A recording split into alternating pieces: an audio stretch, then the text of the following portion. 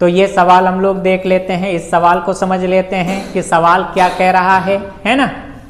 तो यहाँ पे दर्शाइए कि A1, A2, और भी इसी प्रकार से इस समानांतर श्रेणी के मान आएंगे, उसमें AN फिर कोमा से एक AP यानी समानांतर श्रेणी बनती है। ये जो इस प्रकार से ये एक समानांतर श्रेणी बनती है, उस समानांतर श्रेणी में यदि AN नीचे दिए गए अनुसार से परिभाषित हैं, यानी कि AN का मान को क्या बताया है, AN का मान बताया है 9 - 5n के रूप में अगर हैं, तो यहाँ पे पहला पद क्या हो सकता है, दूसरा पद क्या हो सकता है, तीसरा, चौथा, इस प्रकार से इन सारे का मान किस प्रकार से हो सकता है, ये हम लोग प्राप्त करने का काम करेंगे। और इसको प्राप्त करने के साथ ही क्या कह रहा है, साथ ही प्रत्येक स्थिति में प्रथम 15 पदों का योग ज्ञात कीजिए कह रहा है। तो यहाँ पे मुख्य सवाल हम लोग को पूछा गया है, मेन जो सवाल है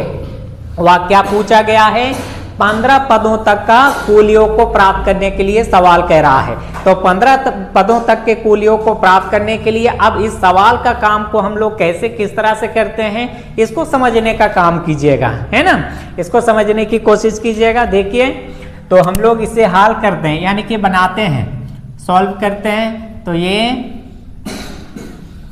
हम लोग इसको लेके जाने का काम करेंगे, है ना, इसके अनुसार से इसको हम लोग परिभाषित करने का काम करेंगे, स्पष्ट करने का काम करेंगे।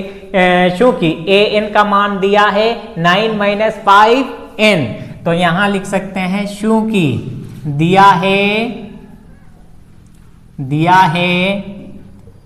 AN = 9 - 5n है। तो आगे देयरफॉर होगा, यदि अगर हम लोग पहला पद का मान को ज्ञात करने जाएं, तो इस पहला पद का मान क्या हो सकता है, कितना हो सकता है, अब इसको निकालने का काम करेंगे, ठीक है ना। तो देखो, अब A1 = अब 9 - 5n, ध्यान दीजिए A1 यानी कि n का मान में क्या आ रहा है, 1 है। तो यहाँ जो n लिखा हुआ है उसके जगह हम लोग क्या लिख सकते हैं, 1 को लिख सकते हैं, क्योंकि पहला पद का मान ज्ञात कर रहे हैं, तो इसलिए यहाँ पे गुना 1। अब 9 घटाओ 5 गुना 1 है, अब 5 और 1 को गुना कर लेते हैं, ठीक ना। तो अब यहाँ 9 को 9 लिखे, घटाओ 5 गुना 1 है, 5 और 1 को गुना कर दें तो 5 × 5, ये हो गया है। अब 9 घटाओ 5 है, 9 में से 5 घटा देने पर कितना, 4 हो गया है। इसका मतलब हो गया है इस समानांतर श्रेणी में, इस AP में पहला पद का मान कितना हो गया है, 4। तो पहला पद का मान तो हम लोग प्राप्त कर लिए, अब दूसरा पद का मान को भी हम लोग प्राप्त कर लेते हैं, ठीक ना। इसी प्रकार से अब दूसरा पद, यानी इसी प्रकार A2 = अब देखिएगा, इसी को लिख लेते हैं 9 - 5n है, तो n के जगह पे n का मान क्या हो रही है, इसके जगह पे 2 हो रही है, तो n के जगह हम लोग क्या लिख सकते हैं, 2। अब बराबर 9 है, 9 घटाओ 5 गुना 2 है, 5 और 2 को हम लोग क्या कर दें, गुना कर देना है, तो 5 दूनी 10। अब ध्यान दीजिए, 9 घटाओ 10 है, 9 से बड़ी संख्या 10 है, उसका चिन्ह घटाओ है, यहाँ पे घटाओ आएगा, 10 को 9 से घटा देने पर कितना, 1, यानी कि पहला पद का मान 4 है और दूसरा पद का मान कितना है, घटाओ 1 है। तो इतना के प्राप्त हो लेने के बाद, इतना को प्राप्त कर लेने के बाद अब सीधा हम लोग क्या ज्ञात कर सकते हैं, सर्वांतर को निकाल सकते हैं, D का मान ज्ञात कर सकते हैं, है ना।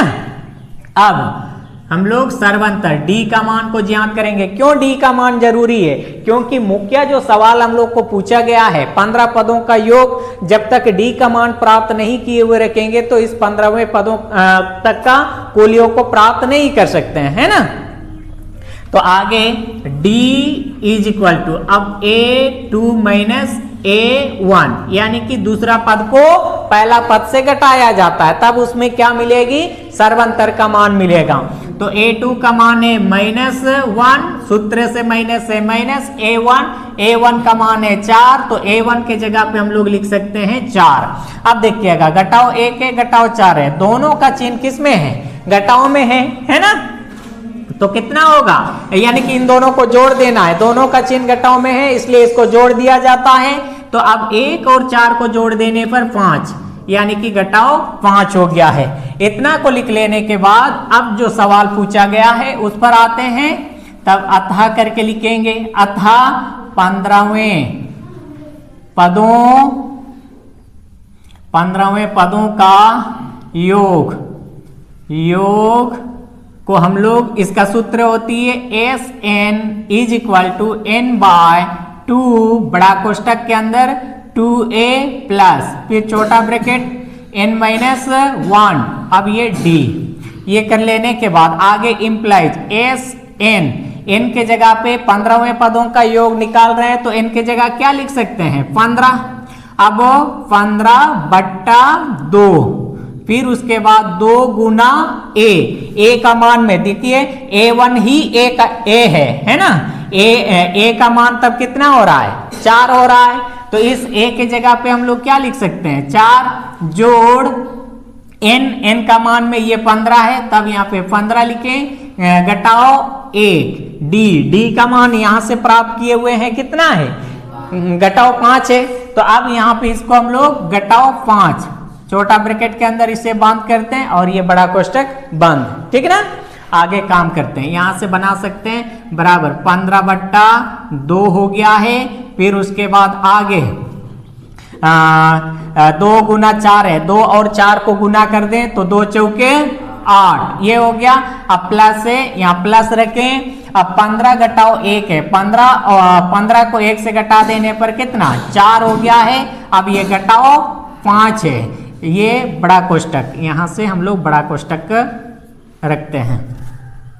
आगे 15/2 है, फिर उसके बाद 8 को 8 लिखें। अब ये प्लस 14 है और ये -5 है, ब्रैकेट को हम लोग गुना पढ़ते हैं तो इसको हम लोग गुना कर देते हैं, plus into minus minus, plus into minus minus हो गया। 14 और 5 को गुना कर दें तो 14×5 = 70 है ना, 14×5 = 70 होगा ना।